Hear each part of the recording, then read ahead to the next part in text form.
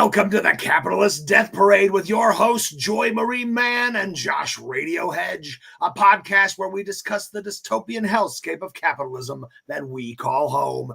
Hey, everybody, Josh Radio Hedge. And I'm Joy Marie Mann with that very metal intro. Da, da, da. What's going on? The Capitalist Death Parade. Da, da, da.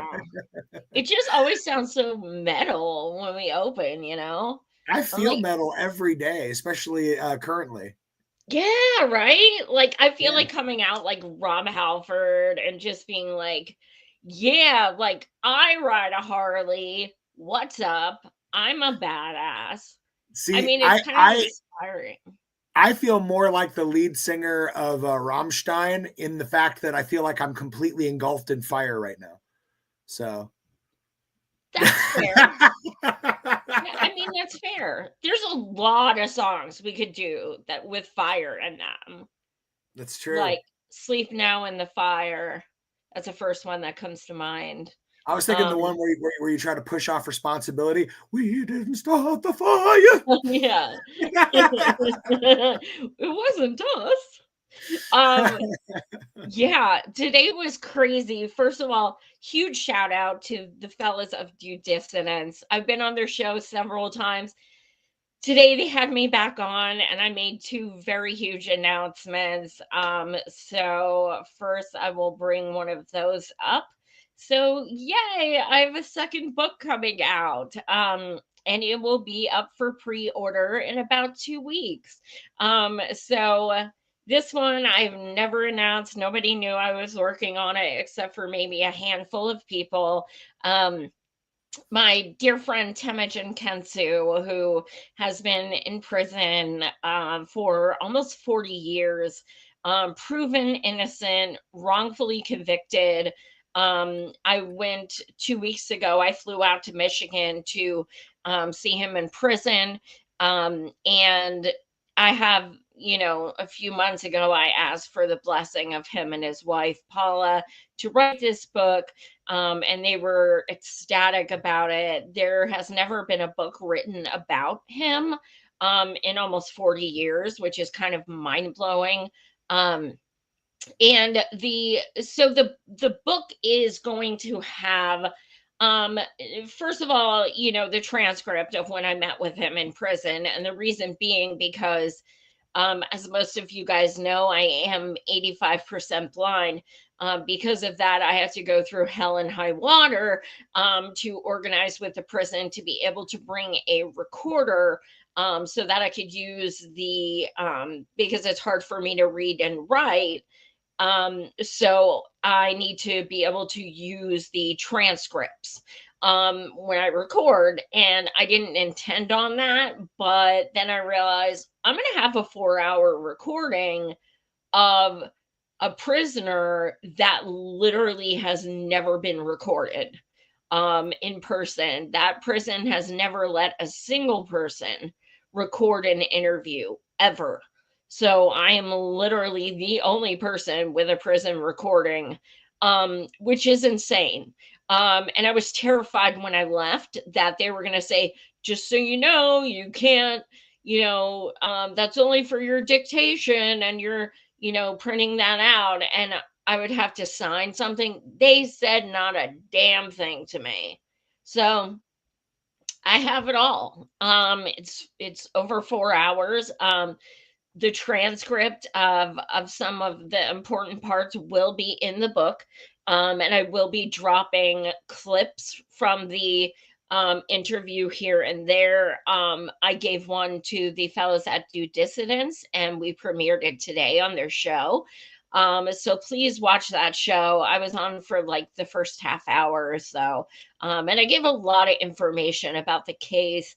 So the book is going to be, like I said, a huge part of the transcript, but it's also going to be about the case. It's going to be about Temujin. It's going to be about our interaction over the past almost 5 years of me interviewing him over the phone in 15-minute increments from prison, and all just the friendship that we have that started to grow so quickly, and who he is as a person, and just how kind and thoughtful he is, despite everything being done to him. And also, the reason why it is called Our Friend Temujin is because I have a lot of people that are sending in things that they are writing for me to include in the book. So I have, people who know he's innocent. Now, I have a school teacher who had her high school class collectively write a letter to Governor Whitmer because they studied his case.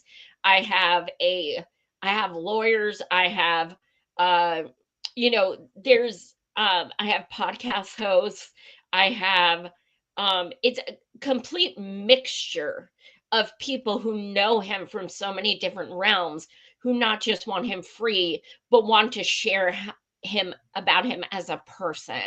Because not just is he innocent, but I want people to know that this man is innocent, but he is also a human being, and he is also going through pure hell. He currently has a brain tumor. He's 61 years old, has been in prison for almost 40 years. He is being denied chemo and any kind of medication or treatments. And we need to get him the fuck out, period. This is in Gretchen Whitmer, Governor Gretchen Whitmer's hands. She has had his clemency papers on her desk for 6 years since she took office. He has already had a ruling on a habeas corpus that his case should be immediately dismissed, and nothing is working. So we gotta just keep fighting, and I'm hoping that my book can bring more awareness to his story. And like I said, please watch today's episode of Due Dissonance so you can just learn some of the just insanity that surrounds the corruption of this case. So yes, those two things were my announcements today. So something I've kind of difficult to hide for months and months when I'm on the air several times a week. But I'm excited, and Temujin and his wife are very happy and pleased with how it's going, and that's what makes me do it, and that's why I'm excited to get it out there. So if you sign right here, Josh is going to put the link in the comments. If you sign up right there, what's going to happen is you will get a notification when my book goes for pre-sale. It should be about 2 weeks. And then when you get that, you can pre-order it. I have a projected publishing date of March. So it's all happening very soon. But yeah, I encourage you guys to sign up to get notified for pre-order. And just a heads up, the StreamYard, for whatever reason, won't let me put a link. So it is New Era Inc. J as in jail.org/book. So that's your link. Well, yeah, or you could just go, you could go to temujinkenzu.com and it'll route you there. And just click on the index thing and click book. Either of those work. But yeah, stay tuned. And I do hope you guys learn more about his case and help join us in the fight to get him the fuck out. So yes. But we have a big show. I just wanted to open with that because I'm so excited to finally be able to share all my hard work.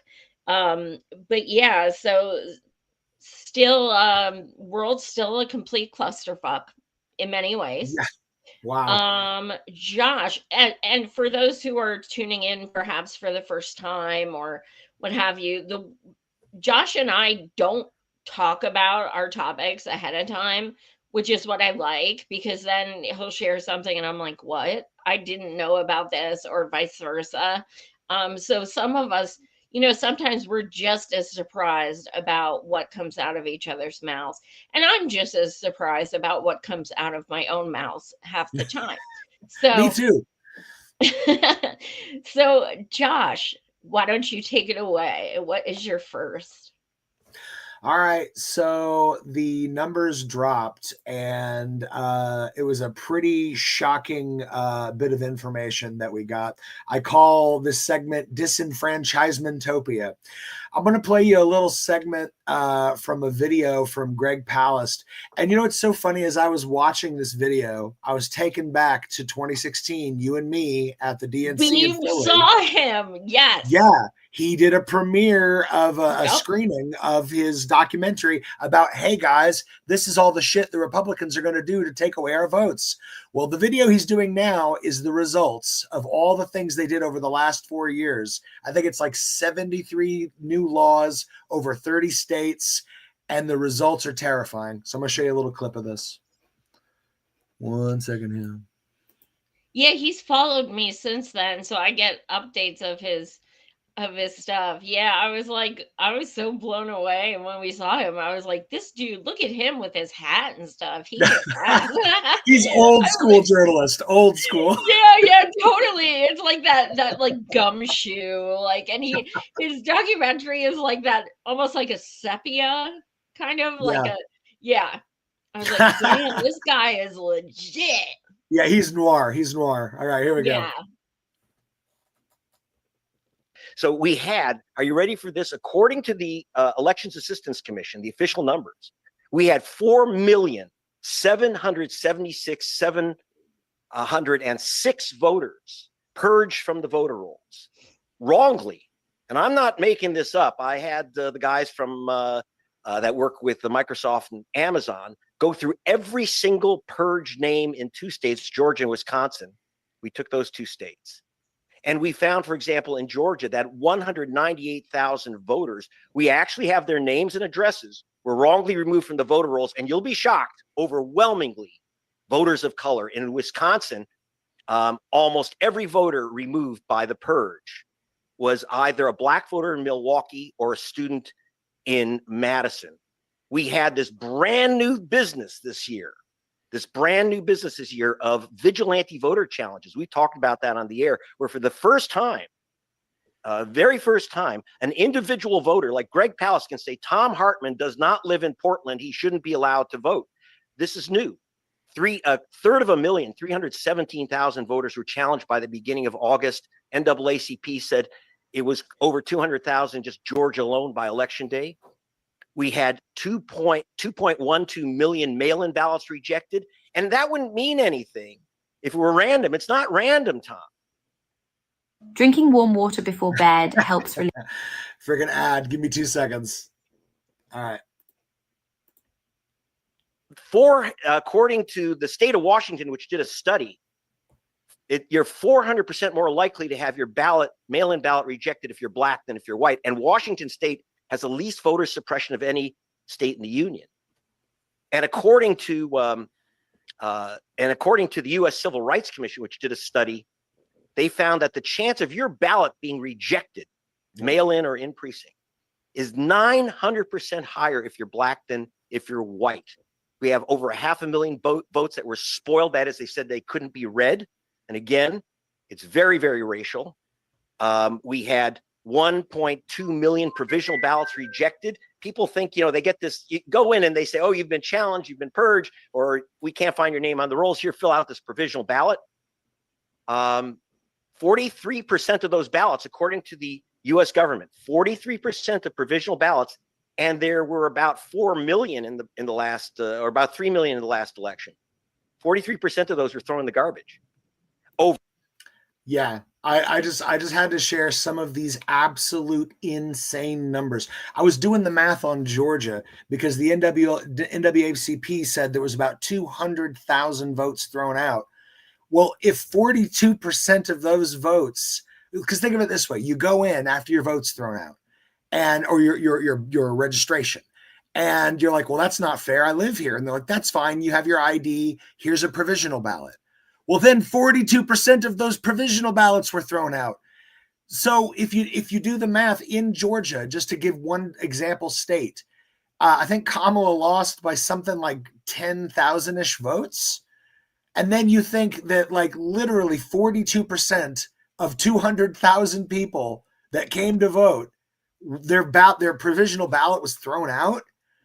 I mean, I don't know. I'm not saying that I don't agree with necessarily all of the assumptions he gets to in the end, because he believes that she would have had the electoral by 286. I don't know. But what I do know is I can see these numbers, and when I see nearly 5 million voters and like almost a quarter of those voters who then still voted and then their votes got thrown out again. I mean, this is some wild stuff, and I wasn't aware how bad this voter disenfranchisement situation had gotten. I had no clue. I don't know. Yeah, Had you been following any of this? No, I've been very consumed with, writing and everything, but Yeah. It brings me back to two things. In 2016, we were at Occupy DNC, and one of the reasons we were there was because we were protesting with thousands of others the fact that they were stealing votes. They had purged so many people. Yes. Do you remember the provisional ballots in California? Do you remember what they did? I have pictures of it. I have them hearted, so they're in my favorites. They literally told everyone, I told people, don't wear your fucking Bernie shirts to the polls. But every single person who had like a Bernie shirt, button, whatever, or even looked young or whatever, they were saying, here, you need a provisional ballot. Over 2 million votes that said provisional for Bernie were tossed.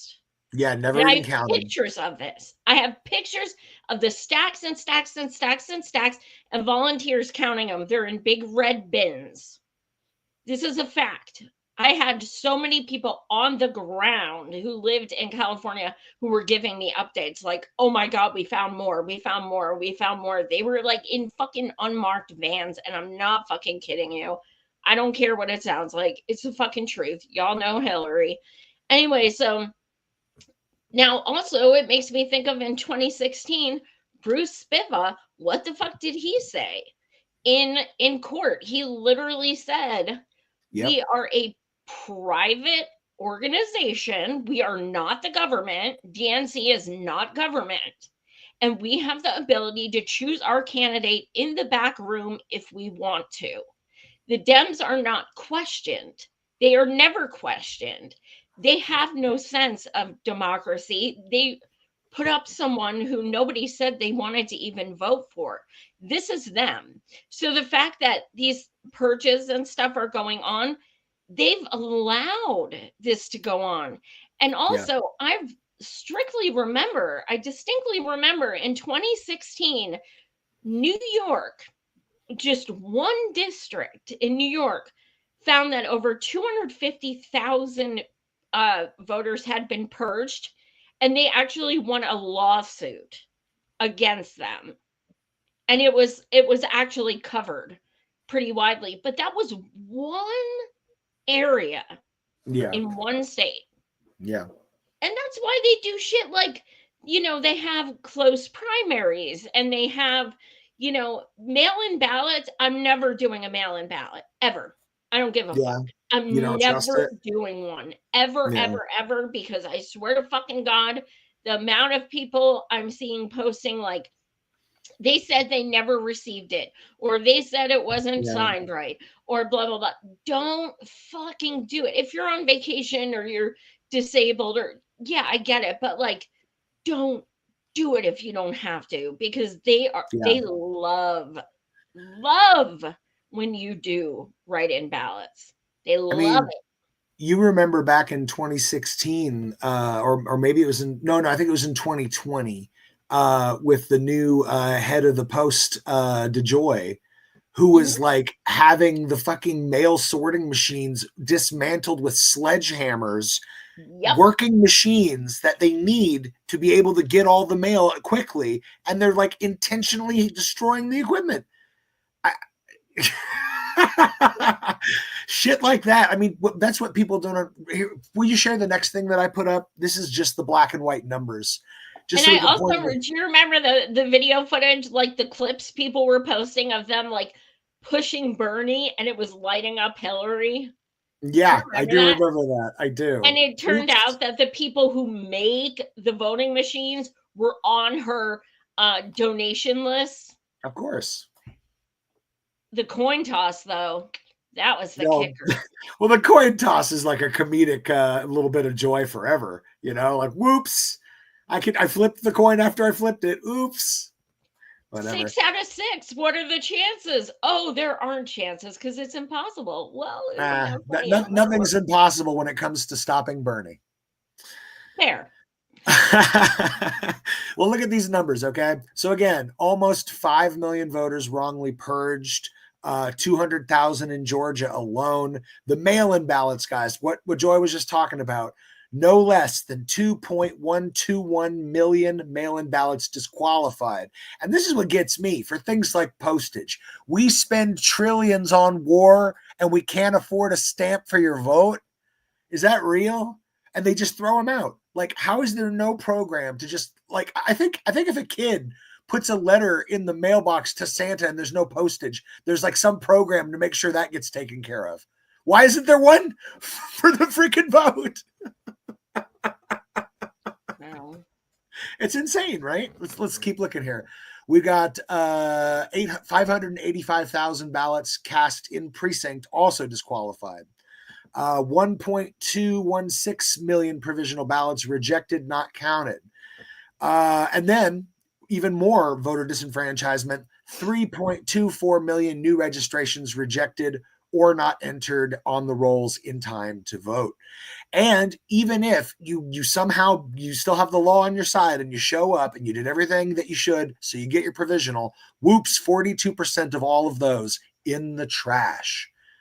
I mean, I thought disenfranchisement was part of the game, but I didn't know it could be this blatant, like in these kinds of numbers. It's kind of mind-boggling. It's kind of crazy. Do you think it's because like 99% of the people who work the polls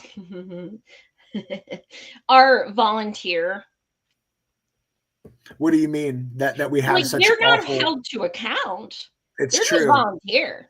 They're It's just like, true. does anyone want to come and sign people in and take the ballots after they write on them? And I mean, they're literally just volunteers. Yeah, it's like, can I see a show of hands? You, the gentleman with the face paint and the horns, would you like to volunteer? Yes.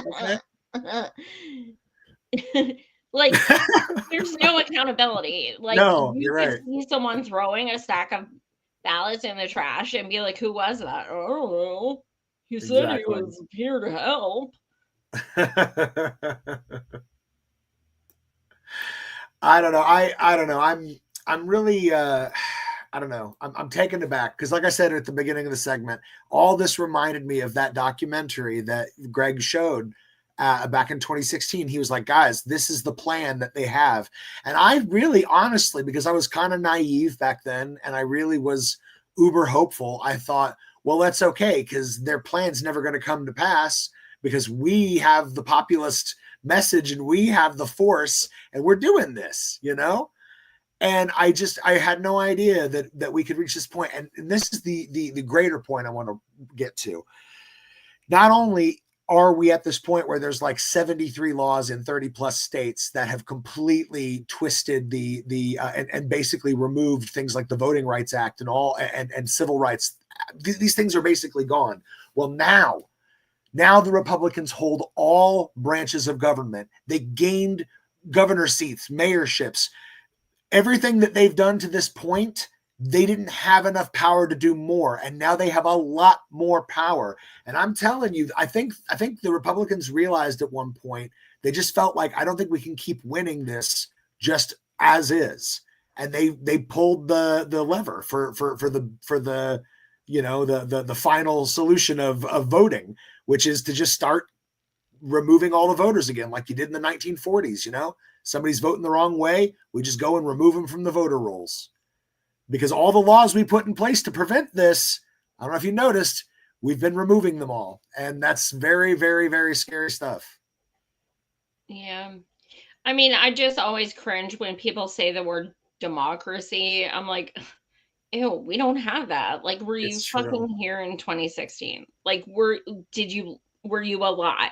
Because like that was the first eye-opening experience. I know there were issues way before then, but we have interwebs and stuff. We can look up all these things and we know this shit is corrupt. But it's Dems blame Republicans, Republicans blame Dems. I mean, all these, the shit libs who are like, Trump's denying the election.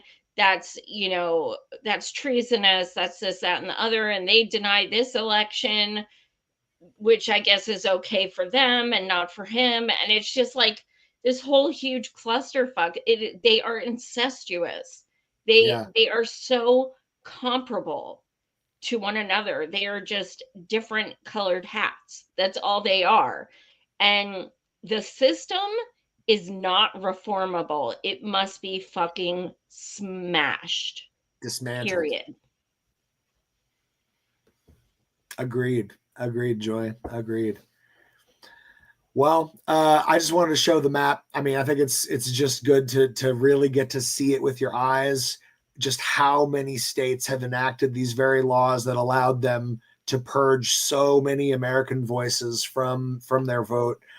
I really, really, really hoped that we would get Bernie in office and we would cut this off at the pass and we wouldn't have to see Greg Palast's like fears of the future come to pass. But I feel like we're here just where he was saying was going to come. He was right. And now I kind of wish I'd had a little more, I guess, criticism or cynicism enough to actually be like, oh, I should be listening to how important this is, because I thought we had it. What do you mean we had just the election? I thought by having the election and having Bernie, we would have the mandate of the people to do and make all the changes we needed so that and to finally be able to start actually putting into law all the things that we've been avoiding for 50, 70, 80 years so that our rights remain our rights no matter who's in power. I believed that we were going to do these things. I truly did. So did I.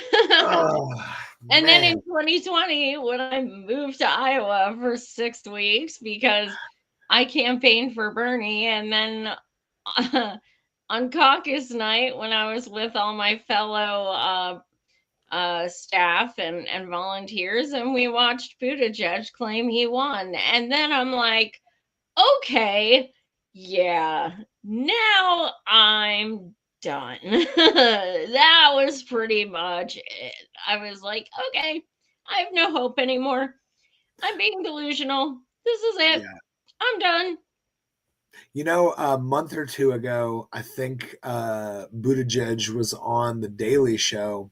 And I was bummed that they didn't call him out for it. But he said that at one point. He's like, I won Iowa.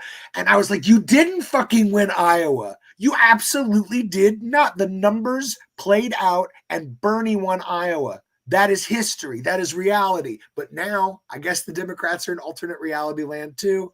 Buttigieg claims he won Iowa. What the fuck ever. But in 2016, they were like, well, Hillary won the popular vote.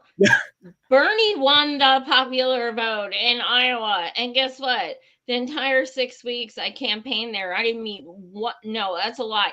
I met one Buttigieg supporter, and he was canvassing for him.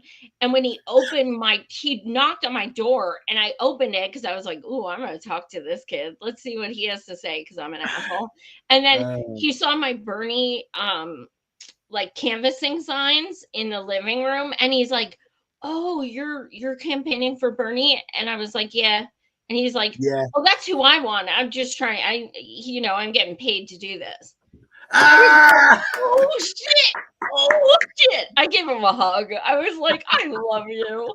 He's like, "Yeah." People say nobody's really into Pete at all, and then when they talk, I say, "Well, do you know what are your thoughts on healthcare and stuff?" I usually just kind of push them a little and say, well, Bernie supports that. Do you know who Bernie Sanders is? And he's like, I just kind of mention him a lot and stuff. I was like, dude, go get your paycheck, dude. Just get your paycheck. Whatever, dude.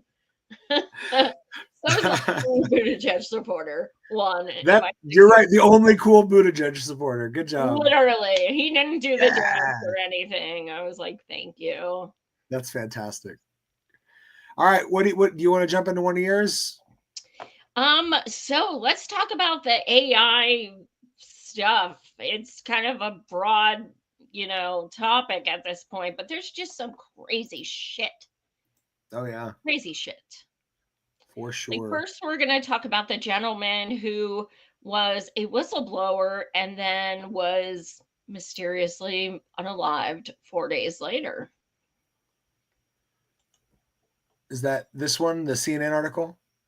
No, it would be, it's a video. Oh, I'm so sorry. Give me 2 seconds. 2 seconds. Thought I had these, put them in the right spot. Give me 2 seconds. Feel free to introduce it here while I'm pulling it back up here. Yeah, so there's this gentleman who worked, as you guys may know, the head of the company who is now working for the AI company who is now appointed by Trump. He is accused of essaying his sister. There have been charges. This has been going on for years. It went on for 9 years. And the charges have been for, I believe they came in 2022. So this is the same company. Now, make of it what you will. But I mean, he was unalived 4 days after he was a whistleblower. So. And this was the Tucker Carlson one. Is that the correct one? Okay. Give me 2 seconds. I somehow lost it in the shuffle. I apologize. You guys, if you're watching, smash like and subscribe. It helps my algorithm. All right. Let me pull this up for y'all here. Thank you guys for the patience.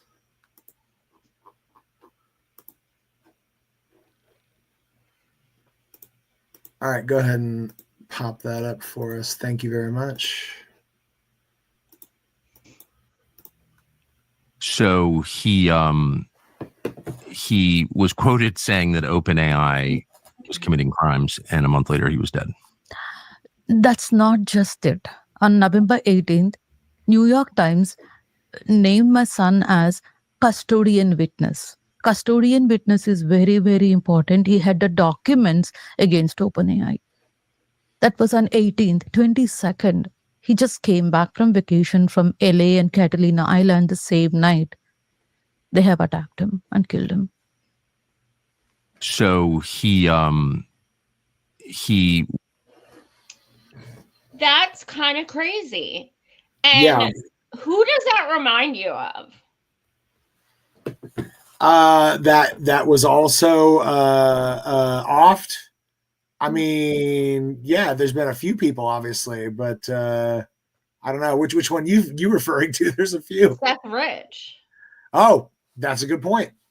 I mean, has information, works for the people that he's exposing, winds up unalived. Yep. That was my first thought. I was like, holy shit. And literally, when I found out about this, maybe it was funny, maybe it wasn't, I don't know. But I just put, did he know Hillary? Because like, I'm serious. Did he know Hillary? Like, I think it's a fair question. Yeah. So this is just insane. These powerful companies, what happened to them? I don't know. But anytime a whistleblower ends up on 6 feet under, it should be looked into. Did you see the crime scene photos that got shared? Oh, by James Lee. He was on my show 2 weeks ago. Yeah. Brutal. Incredible. Yeah, I just, that's the thing. I don't believe it. It's like, I don't believe that a suicide is gonna like create a crime scene like that. Like, it's out of this world. No way. No Yeah, way. I mean, anyone who's watched any kind of like true crime or, has brain cells knows that there is no way that was anything but murder. Well, it looked like the place had been tossed, like they were looking for Yeah. stuff. It did. And blood everywhere. So usually when you kill yourself, you don't bleed everywhere. You just kill yourself in Right. a place and die. So I don't know. It was some of it. I mean, if you'd told me that a violent thing didn't happen there and it was a suicide, I there's no way I could believe that. I don't know how a cop could, unless of course that's what you're paid to do and you're told that this is the outcome. I don't know. Brutal.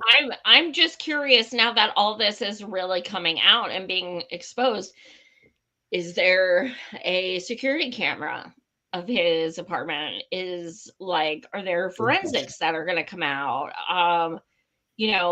But also, like I said, with the guy, who's now from OpenAI, he's now serving under Trump, and he has these charges against him for R-ing and essaying his sister for 9 years. It's horrible. So, and James Lee also published a lot of the court case and stuff like that. And I'm telling you right now, trigger warning, do not read it if you have any kind of trauma experience or anything, because it's not an easy read. It's not. Yeah. And it is incredibly believable. I'll put it that way. So, people don't understand. They like take these public positions and they get so famous overnight, and they don't realize it's opening them up to people absolutely finding out everything about them. And when you're accused and charged of crimes, that's public. You're going to be found out, dude. Like, true. Internet is not forgiving at Well, all. it never forgets. It never forgets. I mean, Nope. one day if they control every single corner of it, maybe. But for now, it never forgets. So do we put up that James Lee video next?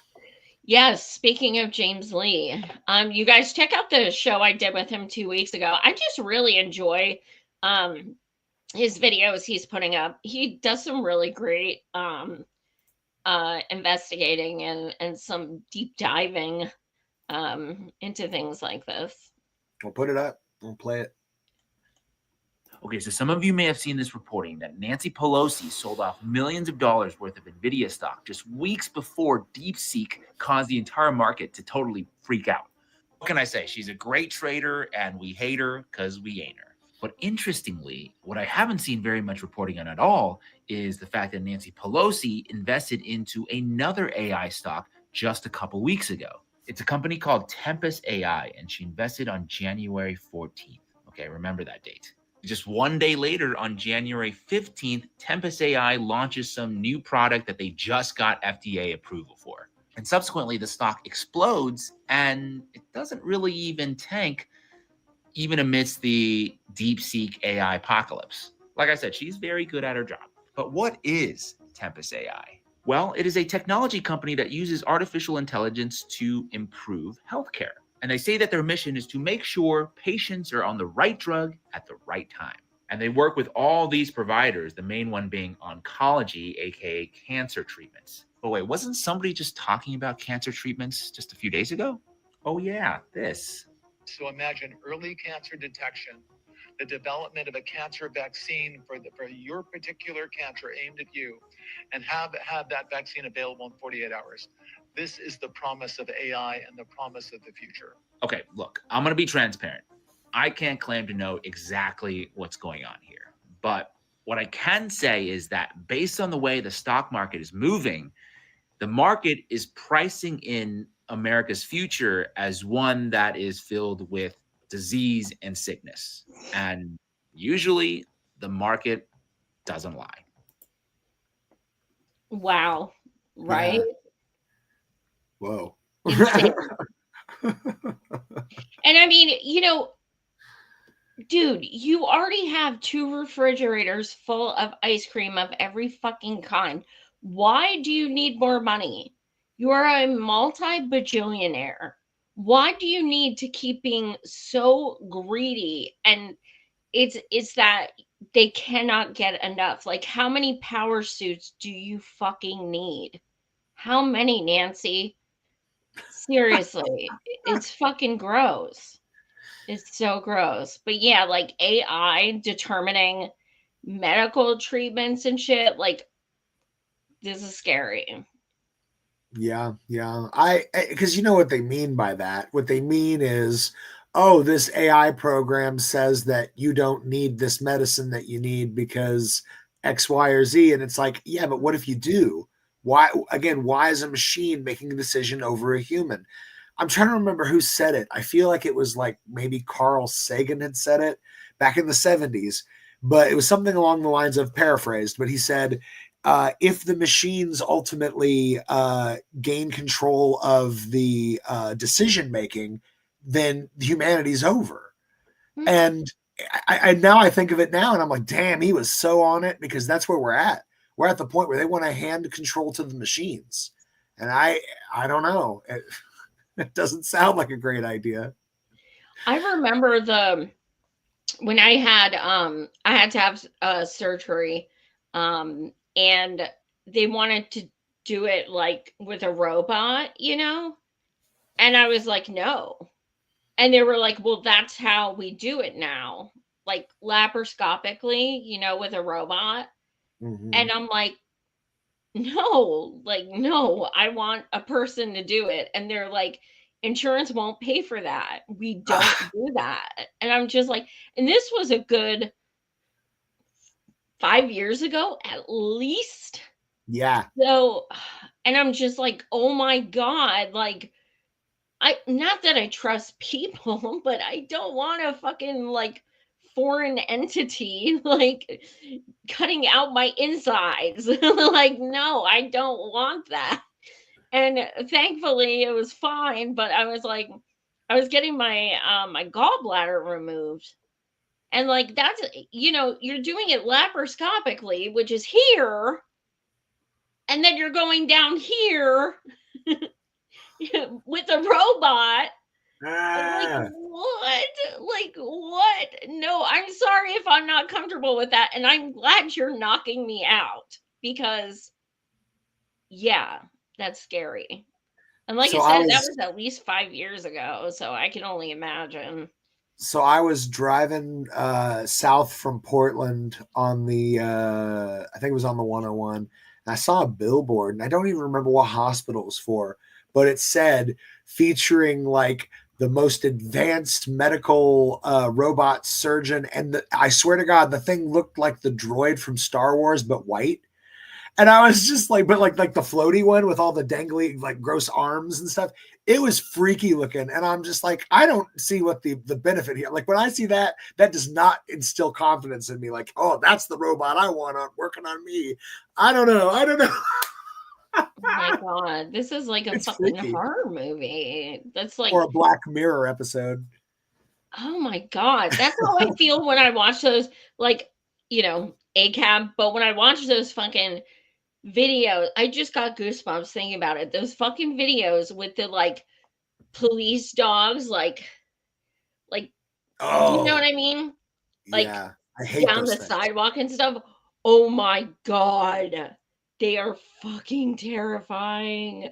They look like big, huge spiders that are like electronic and they have weapons in them and stuff. Like, holy fuck. And you know they're doing that shit because then they can kill people of color and not have ramifications because they're going to be Yeah. like, oh, it was a machine. Nobody did it.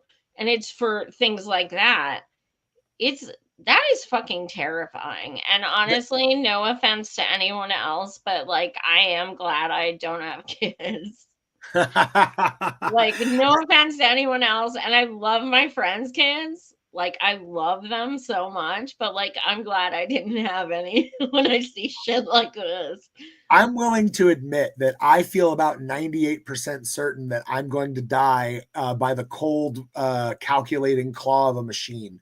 I know that sounds nuts, but that's just like, I've seen this stuff. I know what you're talking about. They have like at DARPA, I've seen videos that they've put out where they've put like a rail gun on the freaking robot dog. This is something that's like anti-tank, and the dog can handle it because it knows how to balance and fire an anti-tank weapon. I mean, yeesh, you do not want that future. I know I don't. Well, and some of them they're being controlled Yeah, some by of them. a person, you know, they have controllers and stuff. So technically it is still a person doing it. They're just obfuscating and saying, well, no, it was a robot. It was a malfunction. Just Creepy like stuff. Israel is doing, you know, to Palestine. Well, it was the drone You're right. I You're right. missed. Duh. You know, it's very convenient. But we will get to Palestine in a little bit. I think that's all I had for AI, right? Yeah, I believe so. Do you want to jump on to the immigration stuff? Yeah, we can do that. So, yeah, Navajo Nation is apparently being targeted.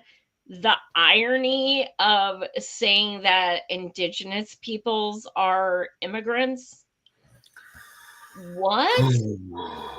I thought my friend was joking when they told me about this. I'm like, yeah, no, they're going to deport all of us because we're the immigrants. And they're like, no, like they literally are trying to round up native peoples. Yes. Fucking insane.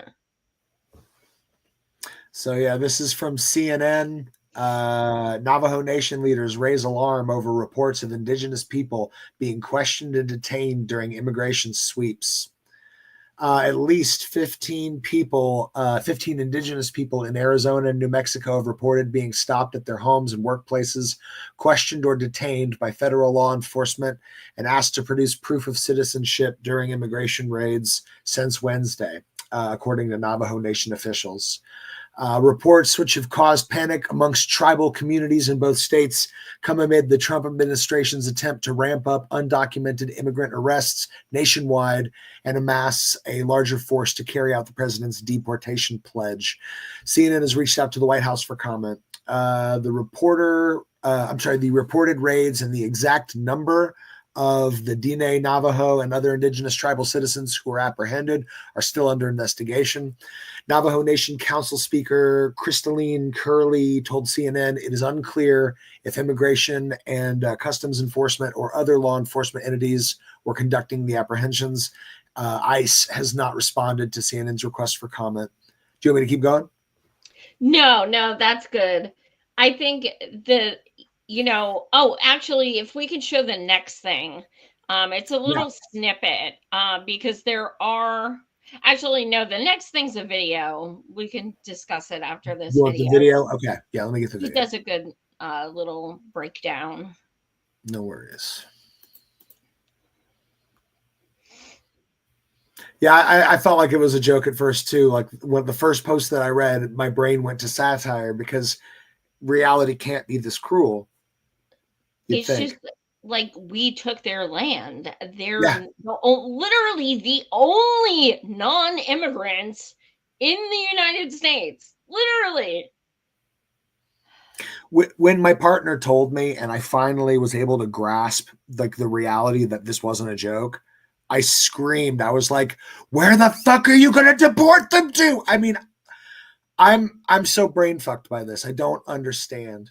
Yeah, well, yeah. I mean, I guess we're going to like build an island off of the Gulf of America or something. I don't know. I'm losing my Deport mind. them to where they came from, i.e., let them stay here. Hey, let's watch this video. So the DOJ argued that Native Americans don't have birthright citizenship under the 14th Amendment, which they do. Now, that being said, if you are a Native American, you do need to be carrying some sort of tribal ID or U.S. ID on you. Apparently, several Native Americans have been detained for multiple hours without their cell phones or a way for them to contact their families or their tribes. Now, the tribe that's been most impacted by this is the Navajo Nation, and apparently this has sparked a lot of fear, especially among tribal members who live in urban areas and might struggle with getting them the proper documentation. Now, several of these Native Americans did provide documentation of either a state ID or something called a CIB, which is a certificate of Indian blood. But apparently ICE is not recognizing these documents as valid proof of citizenship. Native Americans, people who were here long before us, people who belong here more than any of us, are being detained and questioned about being deported, and they're not accepting tribal proof, ID, whatever, as valid. Look, I'm just going to call this right now. Again, like I said in an earlier video, the criminals, the predators, all of those people, get them the heck out of here. In fact, take American ones with you. Get them out of here too. There's going to be a lot of lawsuits coming from this when it comes to American citizens and Native Americans. Now, that being said, if you are Native American, please make sure that you are carrying some form of ID that will prevent you from having to be detained for X number of hours. Anyways, to stay up to date, make sure to hit that follow button. Yeah. So I included like a little like screenshot of the 14th Amendment as far as Indigenous peoples. So I just want to, if you could read that, just to kind of give, I read over a few pages of it. Yeah. So the 14th Amendment was initially interpreted to not apply to the Native Americans. Ha ha ha. The Indian Citizenship Act of 1924 granted Native Americans full citizenship rights. Right. So they're obviously going off of the initial one that is no longer applicable. Yeah. This I think this is is the other very one. convenient, but yeah. And the other one you sent me was this. Says ICE is at the Walmart where my mom shops. I told her to not go shopping today so she doesn't get harassed. We are Native American. We are not illegal. And besides, our immigrant brothers and sisters deserve to be here too. I fucking hate this shit so much. God, amen. like, you know, you're going to hang out at Walmart because why? Because that's where poor people go. And you want to target poor people. So I mean, they'll probably like, I'm not even kidding you. Like, I was talking to my friend who's a woman of color, and I was like, do you think that they're going to start showing up at things like thrift shops, food pantries, things like that? Like, and we were having this discussion, and she's like, absolutely, they're going to start like raiding people's, unhoused encampments. They're going to start this is all to beautify America. This is all to purge, the lesser than. And, because even if people are not immigrants, they're making them suffer by, locking them even for a few hours. Now they're going to live in fear that walking down the street or going to a store, that can happen again.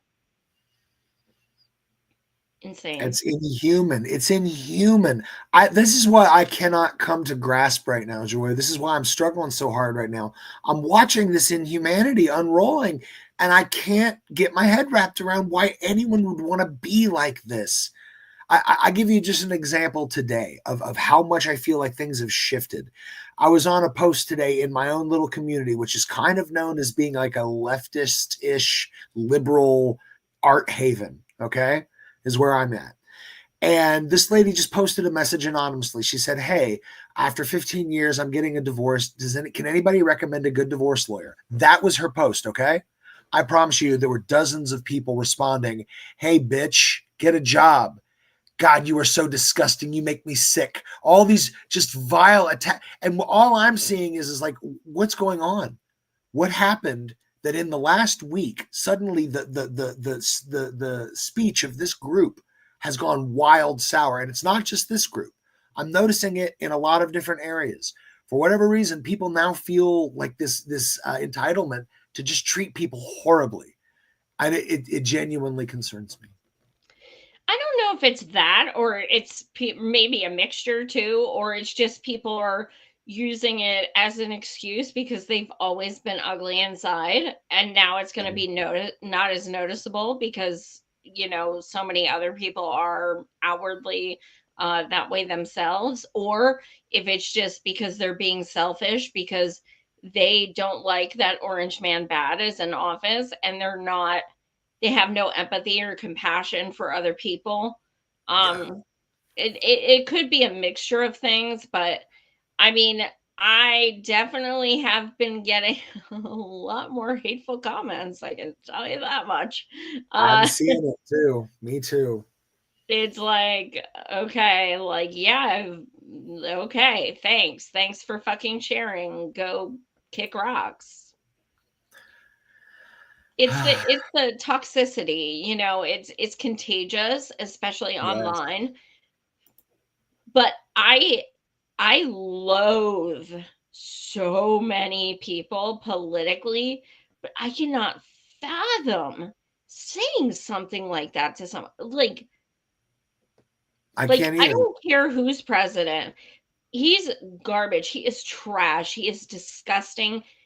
All the pejoratives you can think of, but that doesn't make me angry enough to be an asshole to someone who's going through some shit. Like, And she literally just asked for help, just not in even like a me look at me way. Just, hey, can anybody suggest a good divorce lawyer? What the hell?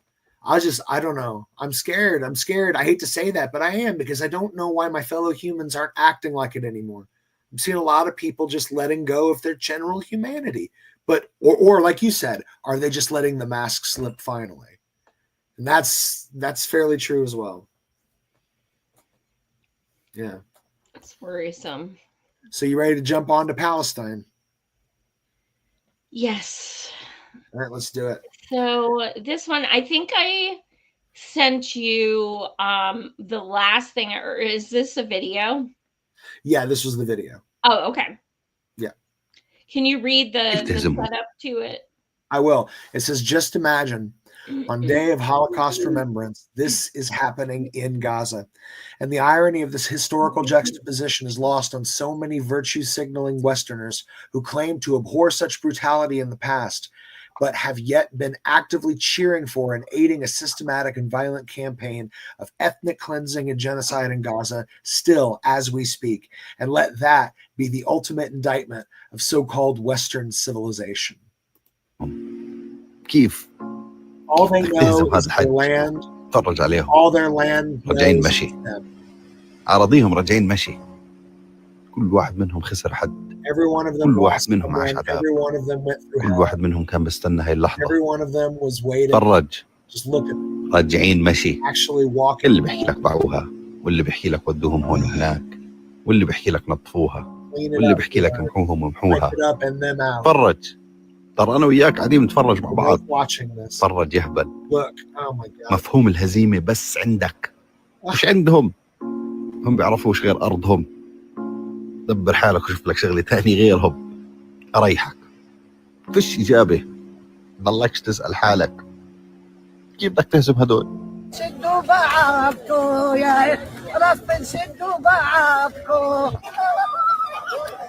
حلالي يا بلد بدي ارجع على داري يا حلالي يا بلد بدي ارجع على داري. Oh my God. So people are, you know, Westerners, as they said, which now is a pejorative, and I'm okay with that because it should be. I'm disgusted. Yeah. They are, you know, saying things like, well, that's good because these people are all going to survive. Well, here's the issue. Well, many issues. Number one, they're still traumatized for life. Number two, they've still lost how many of their family members. Number three, they lost their homes. Number four, they have so much. They haven't eaten. They haven't drank water. They have no medical care. They are all in awful shape. now they are forced to walk. But above all, they lost their land that is theirs. So you can say, okay, well, good, these people survived, so the genocide is over. No, it's fucking not. It is not over. And there is still apartheid, and there is still the state, the terrorist state of Israel is now taking over officially these people's land. This is, yes, I am glad they are all leaving in one piece, so to speak. I am, but the fact that so many of these Palestinians stayed because they refused to leave their land, and now they're, you know, they're forced. You either leave or you like for sure die. And this is terrorism. This is fucking terrorism. That is what this is. It's fucking racism. It's fucking terrorism. These people deserve their land. This is Nakba 2.0. It is. And now you have MSM suddenly saying the word Nakba. Oh my God, all of a sudden there's this Nakba? What is that? What's a Nakba? Oh my God, that's kind of like what's going on now. Oh, because Trump is in office. Now we can talk about the genocide. Now, oh my God, what's happening to the Palestinian people? It obviously just started 8 days ago. Duh, you guys, obviously. This is fucking disgusting. And you will see footage of little kids crying and screaming, disabled people.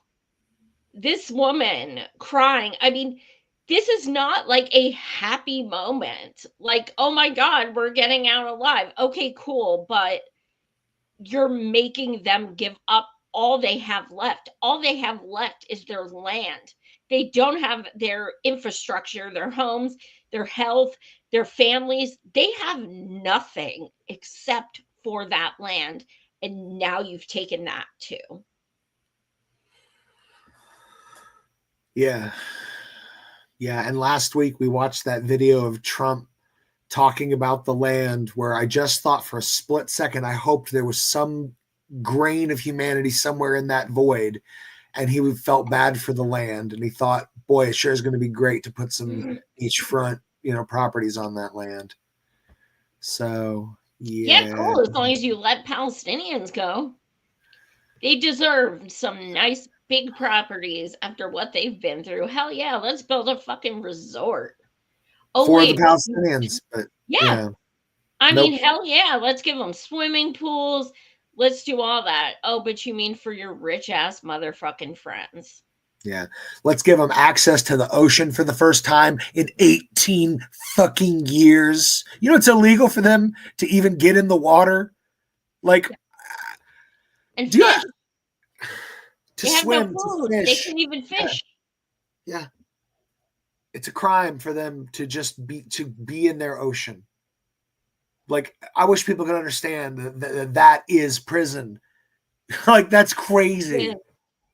It's crazy. That's why they've called Gaza the largest open-air prison in the world. They have called them that for years. Because this shit isn't fucking new. My heart just breaks for them. It just... it's just awful. Absolutely awful. I was just trying to read the stuff that was on the screen and I couldn't even read it because all I could think was, man, all these people in this big group that maybe being together gives them some kind of hope, but there's no hope because where they're going, there's nothing. Everything's gone. I mean, I've seen the drone footage of the buildings. They're all gone. All that's left is a few scraggling pieces of like concrete poking up out of the rubble. I mean, I don't know. I know, like, that's literally all there is rubble. Yeah, and guess what? Israel just blew up 81 more Palestinians today. Where? In West ceasefire. Bank? In the West Bank, I assume? Yes. Yeah. What the? Oh. They don't understand what ceasefire is. Like, people got so excited and everything, but it's like, they had a ceasefire with Lebanon and it lasted like 4 hours. They don't care about a ceasefire. That means nothing to them. Who enforces it? Who enforces the ceasefire? Because I haven't seen anybody on this fucking planet stand up to these fuckers yet.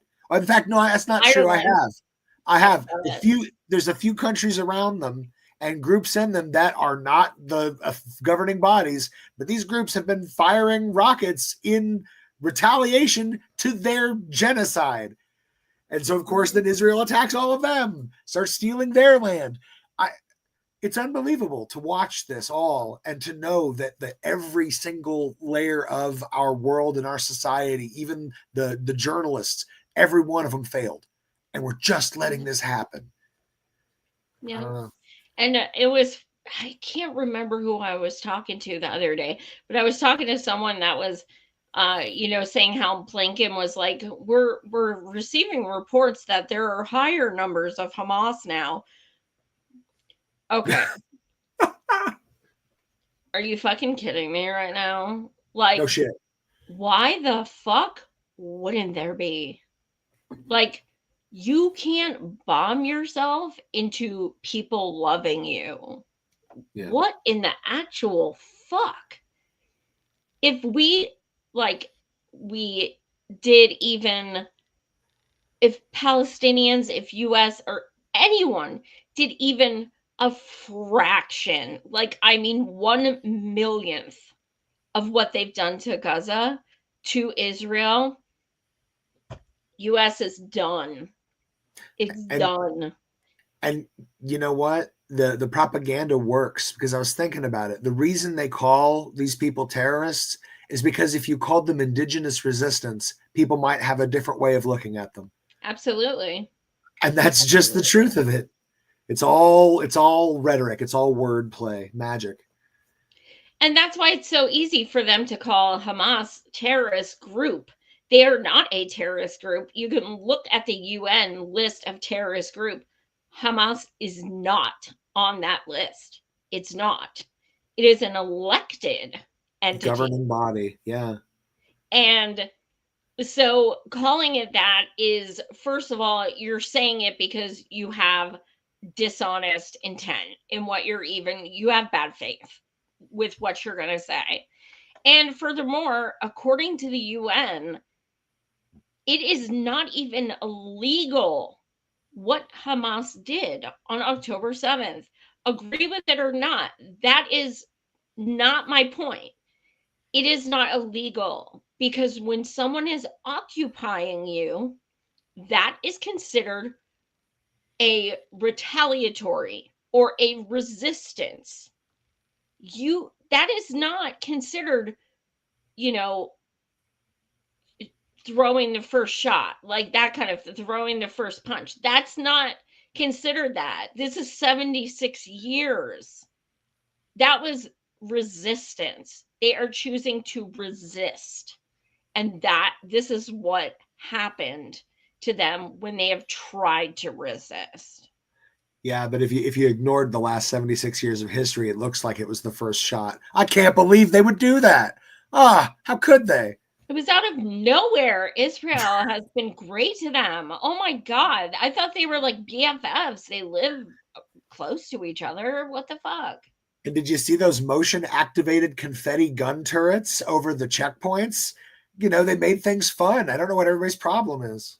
I mean, they had balloons, they had, crafts for kids, everything. It was like, you cannot throw a rock over this fence because you literally will be in prison for the rest of your life for throwing a rock.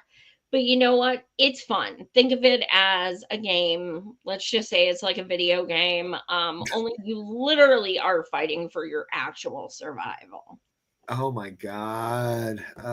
So tired of supporting this evil. Okay. We spend our lives taking care of patients. We swear oaths to take care of patients. And that's what Hussam Abu Sophia did the director of the Kamad Radwan Hospital, prior to his kidnapping by Israeli soldiers. He refused to leave his patients.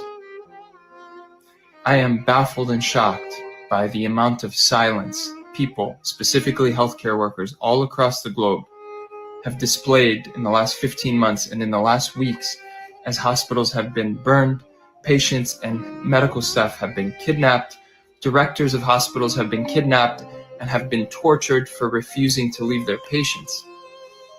And the silence is out there, and anybody with a platform has to speak. I don't like to get on here and just speak to you all, because every time I do, it's something tragic, and I'm kind of over it at this point. But at this moment in time, there is a director of a hospital that is currently in an Israeli prison for refusing to leave his patients, for refusing to let his patients go, for refusing to let his patients be kidnapped. And now instead they've taken him, and his family is pleading, and everybody has been pleading. And this is the least that we can do, is take to our social medias and speak about this. So please share, please talk about this. Please do not let these voices go silent. We spend. Yeah. Yeah, I think about him every day. I don't even want to think about what's happening to him right now. Yeah. And this is the world's biggest democracy besides the US. Like, any state, country, anything like that, who would kidnap someone and hold them hostage because they didn't want to abandon their patients. But we know this because they've been unaliving all the doctors they can, all the nurses they can, because they need a lot of them in Gaza and the West Bank. And the less they have, the more people who don't make it. Yeah. Pure evil. Pure evil. I don't think there's even words. Yeah. Like, no words exist yet for the depravity and ugliness of Zionists. Hey, I can scare your hiccups away. Put up this post from Benjamin Netanyahu. Oh, the second one. So here's Benjamin Netanyahu. He says, Elon Musk is being falsely smeared. Elon is a great friend of Israel. He visited Israel after the October 7th massacre, in which Hamas terrorists committed the worst atrocity, blah, blah, blah, blah, blah, blah, blah. Anyways, yeah, in case you were wondering about Nazi grandchild Elon Musk, the guy that did the double Nazi salute and likes to put Nazis all over his platform, agrees with them openly and shares their posts, that guy's not a Nazi because Netanyahu said so. So don't worry about it. And this is the second time Netanyahu has come to his defense since that little salute, both of those. And so the fact that he's tweeting about this, okay, so you lost your right to call anyone anti-Semitic ever the fuck again. Period. Don't fucking say it, because we're not anti-Semitic for supporting Palestine to begin with. But the fact that you and your cult followers, Zionists, literally call every fucking person anti-Semitic just because they have a watermelon, you lost the right officially to say that to anyone when you defend this man, because watermelons are apparently anti-Semitic symbolism. However, doing that salute is not. Yeah. It's we're living in a mirror world or something. What is it? Opposite land or something. So cool. But did you hear though? I don't remember if we I don't think we shared that. but I think the ADL changed their tune on Elon because he kept cracking a bunch of Nazi jokes. And they're like, the Holocaust isn't funny, Elon Musk. You need to stop cracking all these Nazi jokes. Oh, really? Oh, I didn't see that. Well, maybe yeah, you shouldn't have defended him in the first fucking place. Yeah, the guy literally doing Nazi salutes, you dumb fuck. Jesus. Oh my God, I can't. Let's pull up another a little thing here. Oh goodness gracious! I swear it feels like these people. I mean, maybe they're right. Maybe we can't think, but I can think. And when I look at this stuff, I'm just like, this is pure madness, and this is pure like ridiculousness of the highest order. I don't know why other people don't see this. They don't want to. I think you're right. Another bit of history to remember, if you look at the map, we have a map that shows historically the areas that used to be Palestine in 1946, and then the UN plan there, and then as it shrunk down to basically Gaza on the West Bank, right? And then present.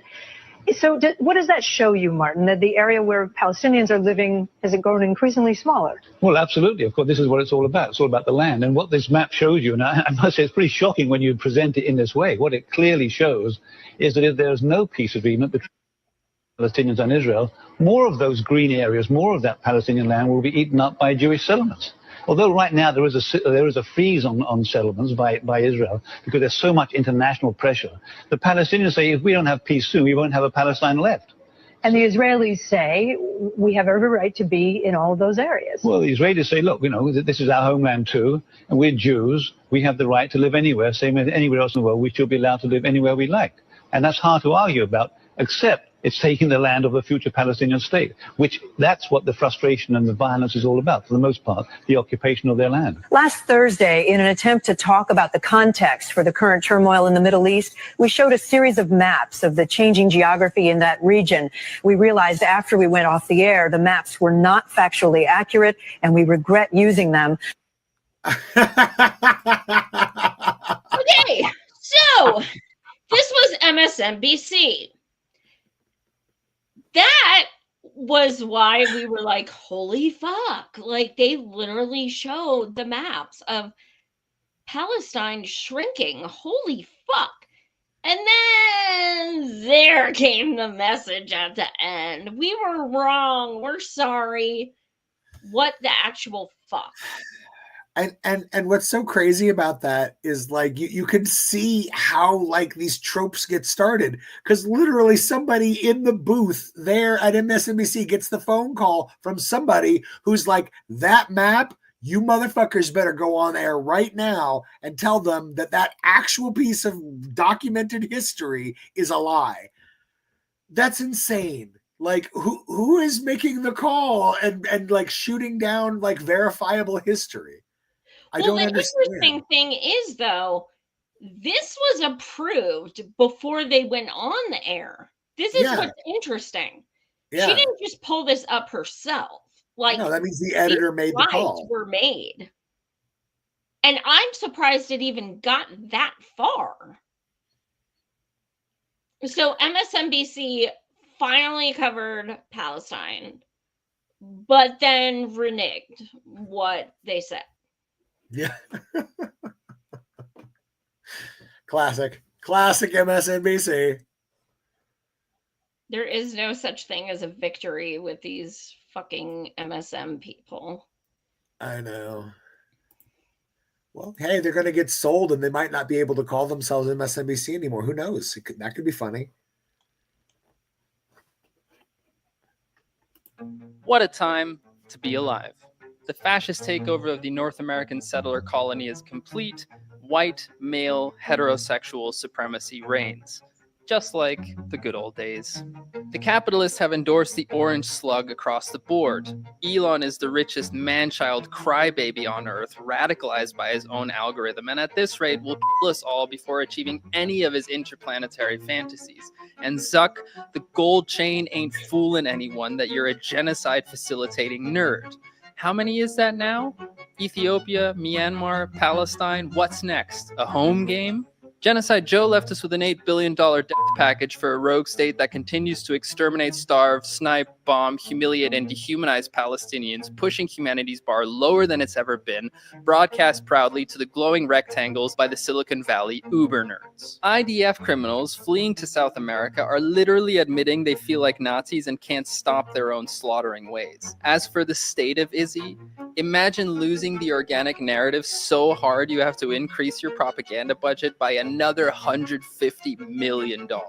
And South Sudan, the youngest country on earth, has only known genocide, flooding, famine, and rampant child marriage, and literally nobody talks about it. We're hitting pretty much every mass extinction tipping point right about now.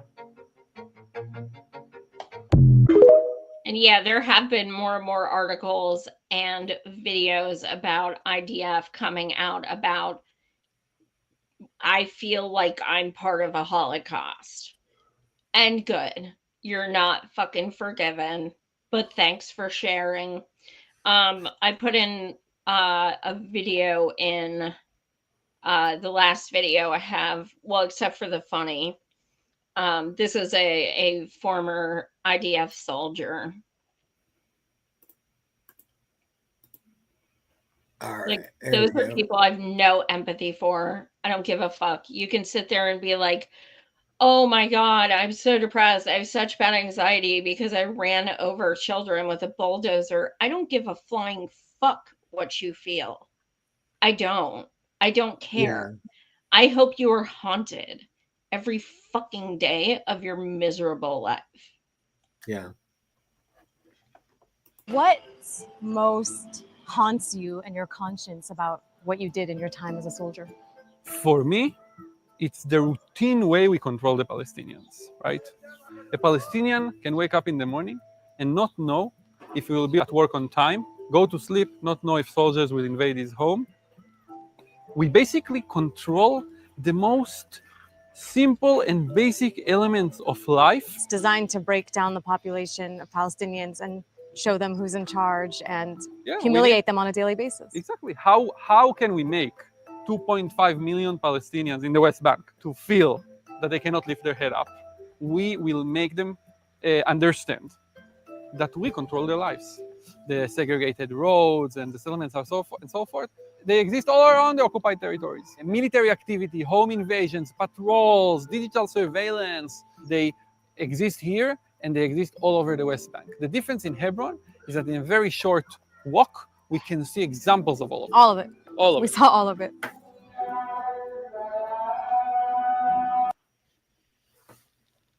Like, I don't fucking feel bad for you. I don't fucking care what you feel. I don't. I you know, and that's where you and I were always divided on that, because like for me, I've done a deep like dive in I think it's called PITS, perpetrator induced traumatic syndrome. And I genuinely, like, I do feel bad for these people because like a lot of them, they were indoctrinated. My God, I was indoctrinated to believe some absolutely idiotic shit, you know, and it took a lot of deprogramming for me to be able to like be a good person in this ugly society. And I know that in Israel, it's even ramped up even worse. Like these people are trained to like spit on women and children. Like that's a thing. And I don't know, like if I grew up in that, would I think that was okay? Would I not see dehumanization if I lived inside of it? I mean, that's kind of how I feel about racism. Whataboutism. I mean, I don't go there. It's whataboutism. So I don't play that. You know what I mean? As far as, you know, I have empathy for them. No, it's not my place to have empathy for them. The only people who can say if they have empathy for them are the families of the children he has killed. Other than that, none of us should be talking about empathy. It's not our place. We shouldn't feel empathy for them. We're speaking on the family's behalf. Fuck that. I have no empathy. If the victims' families that he has tormented and given all this PTSD to, and everything like that, if they want to forgive him, that is their choice. I'm not going to speak on their behalf. I'm not speaking on any of the Palestinians' behalf. If they want to forgive them, that is their choice. No, that's fair. That's fair. I'm just of the mindset that I feel like, if somebody, like, I could see that dude 20 years from now still trying to speak out, still trying to do the right thing because he knows he fucked up and he knows he did atrocious things. And I'm sure he can't sleep at night and it will haunt him till the day he dies. But I feel like at some point, if you really truly believe that you were wrong and you really truly do try to do good, I mean, I have forgiveness in my heart for people that make the effort. The effort. It's still going on now. No, I agree. We're not talking about 20 years from now. That is so completely irrelevant. No, People who, like in IDF, who are, saying I was in IDF 20 years ago and stuff, to me, that is a very different story, because for 20 years, you've regretted it. For 20 years, you've spoken out. That has nothing to do with this. We are still going through a genocide. I don't give a fuck how he feels. If he feels... I should clarify. I mean forgiveness, but I mean it from a position of him being behind bars for crimes committed. I want to express that. That's not good. I believe that people can get redeemed. I really do, but I do believe he should also be punished for international war crimes at the same time. So I just wanted to express that. There's no redemption for people like that. None. Genocide is the worst of the worst of the worst. There is absolutely no redemption. And I hope, if there is a God, that he burns in hell with all the rest of them. Honestly, I consider myself an empath still to this day, but there are certain people who I will have zero empathy or compassion for. And IDF as a whole, those are some of them. No, I feel that. I mean, no, Nazi's a Nazi. I get it. So I have one closing video. It's the funny. I always like to end my shows with a funny. I guess it's funny. It's not supposed to be funny, but it is funny. You guys know clips like that. Did you watch the whole little press thing that she did? It was like, no. It was not even 4 minutes before she bailed out of the room and everybody was like yelling questions. It was nuts. Oh, are you serious? I have the whole thing pulled up if you want. It's only 4 minutes long. It's kind of wild. Yeah, okay. You may as well go for it. All right. Let me pull this up. She legit spoke on 4 minutes, not a 4 minute topic, for 4 minutes. For 4 minutes, and then rushed out of the room while everybody's screaming like questions. It was wild. So you pull it up. I'll show you. How are we? Good to see all of you. It's an honor to be here with all of you. A lot of familiar faces in the room, a lot of new faces. I do have news directly from the President of the United States that was just shared with me in the Oval Office. After research and study, the drones that were flying over New Jersey in large numbers were authorized to be flown by the FAA for research and various other reasons. Many of these drones were also hobbyists, recreational, and private individuals that enjoy flying drones. In time, it got worse due to curiosity. This was not the enemy. So I'm asking, though, he said he was going to focus on those violent offenders first. So is violent offenders no longer the predicate for these people to be deported? He is focused on launching the largest mass deportation operation in American history of illegal criminals. And if you are an individual, a foreign national who illegally enters the United States of America, you are by definition a criminal. And so therefore you are subject to deportation. I apologize for interrupting. So to be clear, it's not violent criminals do not receive precedence in terms of the deportations taking place. The president has also said two things can be true at the same time. We want to deport illegal criminals, illegal immigrants from this country, but the president has said that, of course, the illegal criminal drug dealers, the rapists, the murderers, the individuals who have committed heinous acts on the interior of our country and who have terrorized law-abiding American citizens, Absolutely, those should be the priority of ICE, but that doesn't mean that the other illegal criminals who entered our nation's borders are off the table. Immigration. Of the 3,500 arrests ICE has made so far since President Trump came back into office, can you just tell us the numbers? How many have a criminal record versus those who are just in the country illegally? All of them, because they illegally broke our nation's laws and therefore they are criminals as far as this administration goes. I know the last administration didn't see it that way, so it's a big culture shift in our nation to view someone who breaks our immigration laws as a criminal, but that's exactly what they are. Going with the worst first. They all have a criminal record. And welcome to the If they broke our nation's laws, yes, they are criminal. We know over the past 4 years, American households has been essentially taxed $55,000 in regulations. The past 4 years, we've seen the Biden administration spend money like drunken sailors. It's a big reason we've had an inflation crisis in this country. And it's incumbent upon this administration to make sure, again, that every penny is being accounted for honestly. One on the freeze in federal funding. Who advised the president on the legality of telling government agencies that they don't have to spend money that was already appropriated by Congress? Well, as the OMB memo states, this is certainly within the confines of the law. So White House counsel's office believes that this is within the president's power to do it, and therefore he's doing it. Okay, so they disagree with lawmakers who say that they don't have the power to freeze this funding. Again, I would point you to the language in the memo that clearly states this is within the law. And all that happened on Friday night. The administration fired several inspectors general without giving Congress the 30-day legally required notification that they were being fired. I think only 2 were left at DHS and the DOJ. And then yesterday we saw several prosecutors, I believe 12, fired from the Justice Department who worked on the investigations into the president. As you know, they are career prosecutors, therefore they are afforded civil service protections. How is the administration deciding which laws to follow and which ones to ignore? So it is the belief of this White House and the White House counsel's office that the president was within his executive authority to do that. He is the executive of the executive branch, and therefore he has the power to fire anyone within the executive branch that he wishes to. You're confident that if they bring lawsuits against you, those prosecutors who were fired, that they will succeed? We will win in court. And yes. Did he personally direct this, given they worked on the classified documents investigation and the election interference investigation? This was a memo that went out by the Presidential Personnel Office, and the president is the leader of this White House. So yes, yes, Caroline. Saving costs for the American people over the past week. He looks forward to continuing and doing that in the days ahead. Thank you guys. One more border Are question. Medicaid portals down in all 50 states? Yeah, we don't even get to find out. Did you hear about that? Like all the Medicaid portals are down. Doctors don't know what's going on. Yeah. They can't.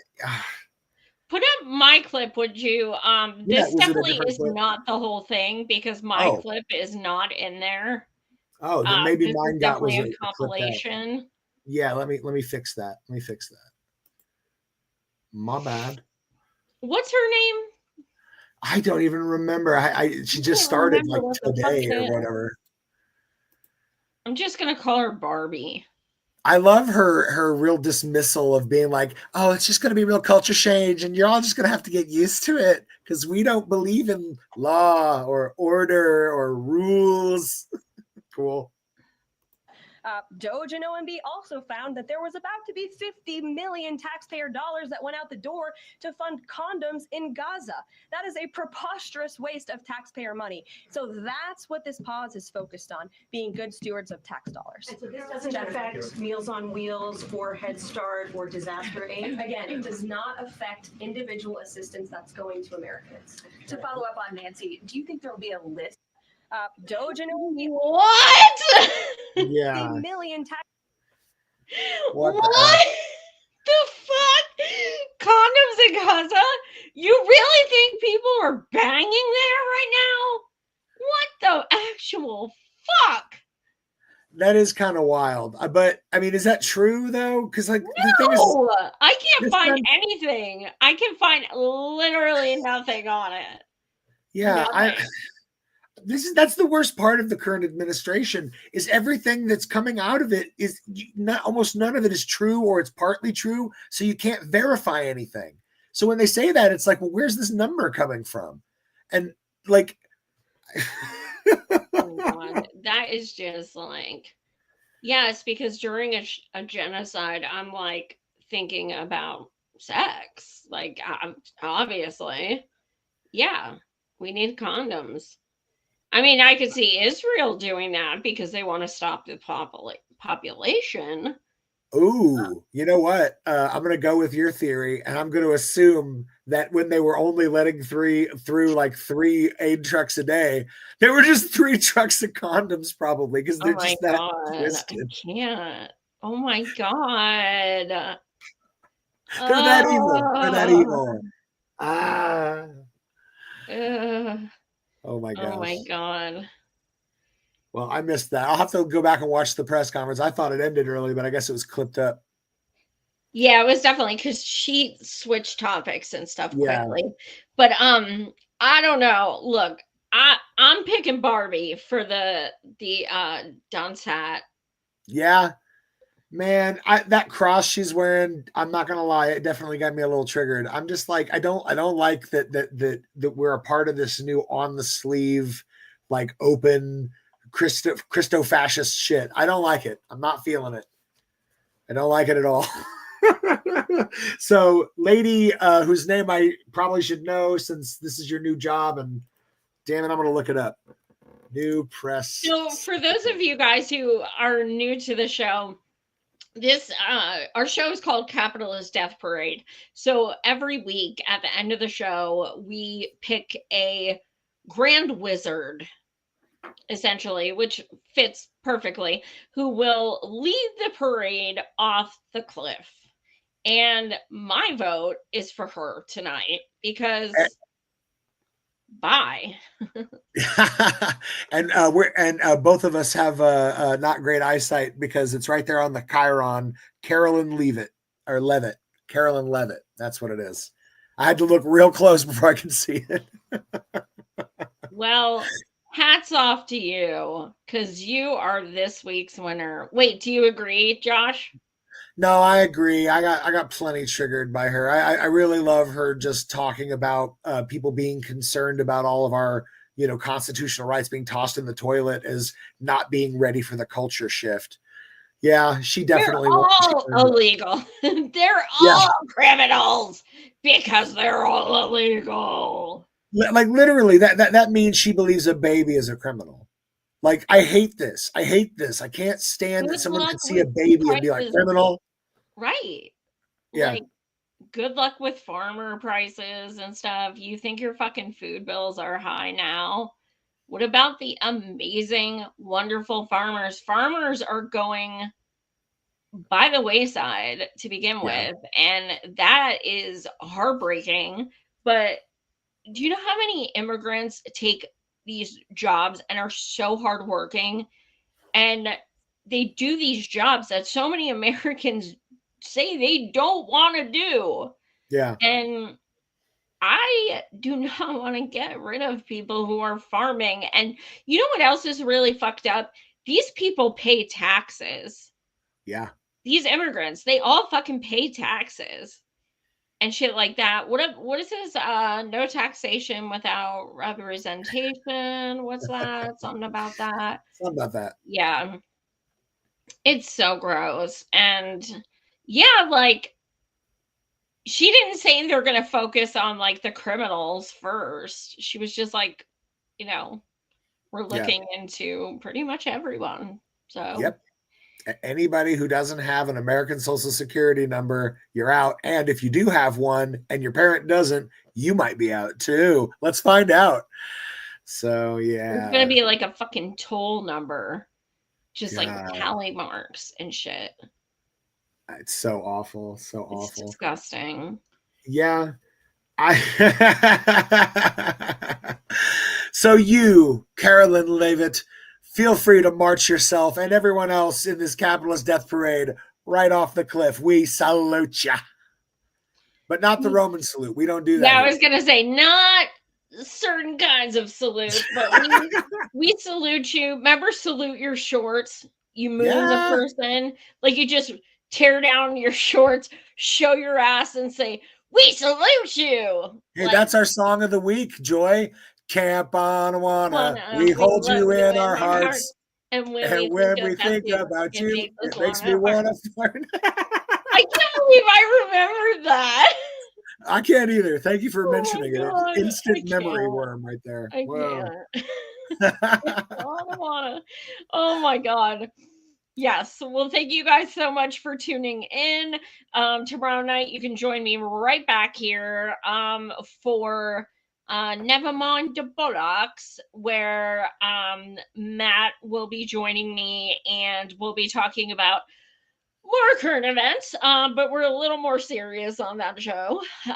But still, I do my That's What She Said jokes and stuff because I can't be all like boring. So anyway, so join me tomorrow night.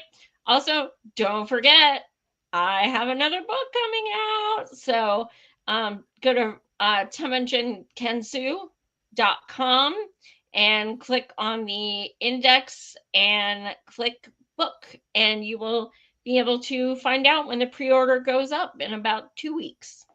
Yeah, I'm gonna get a copy. You better. Well, I was gonna send you one. Oh, good. Yeah, there's a few people who I'm like, okay, well, I'm not gonna make them buy a book. No, I need you to buy one. I need my parents to buy one. I need all of my friends to buy one.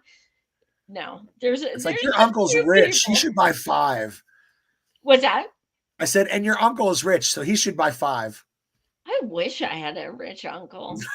I'm just kidding. That'd be cool. But if he was, he'd probably be a shit lib and wouldn't like the fact that I disrespect Democrats.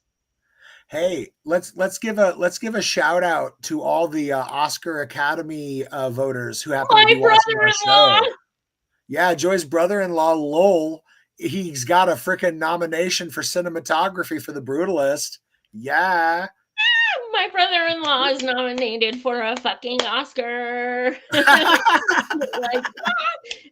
But most importantly, he's a wonderful person. He's wonderful. We saw it yesterday, and it's phenomenal. Like, I would say that even if he wasn't, my brother-in-law, but it's awesome. Guy Pearce is my crush. Guy Pearce, swoon, and he's very free Palestine. So yes, but definitely go see The Brutalist, and yes, root for my brother-in-law. And if you're in the Academy, vote for it. Yeah, I know you're all watching. We have a huge following in the Academy, I tell you. I know, like, oh my God, a lot. I have so many Oscar nominees who follow my show. Right, like, it's incredible. Yes, it's truly incredible. I'm personally rooting for Demi Moore in The Substance. That was like my favorite movie I saw this year. I didn't see it yet. Oh, it's incredible. It's incredible. I did see what the hell is it called? I saw Conclave. Oh, that was great. Oh, you wasn't a fan? I thought it had good writing. I was a fan of the first 75%. Ah, okay.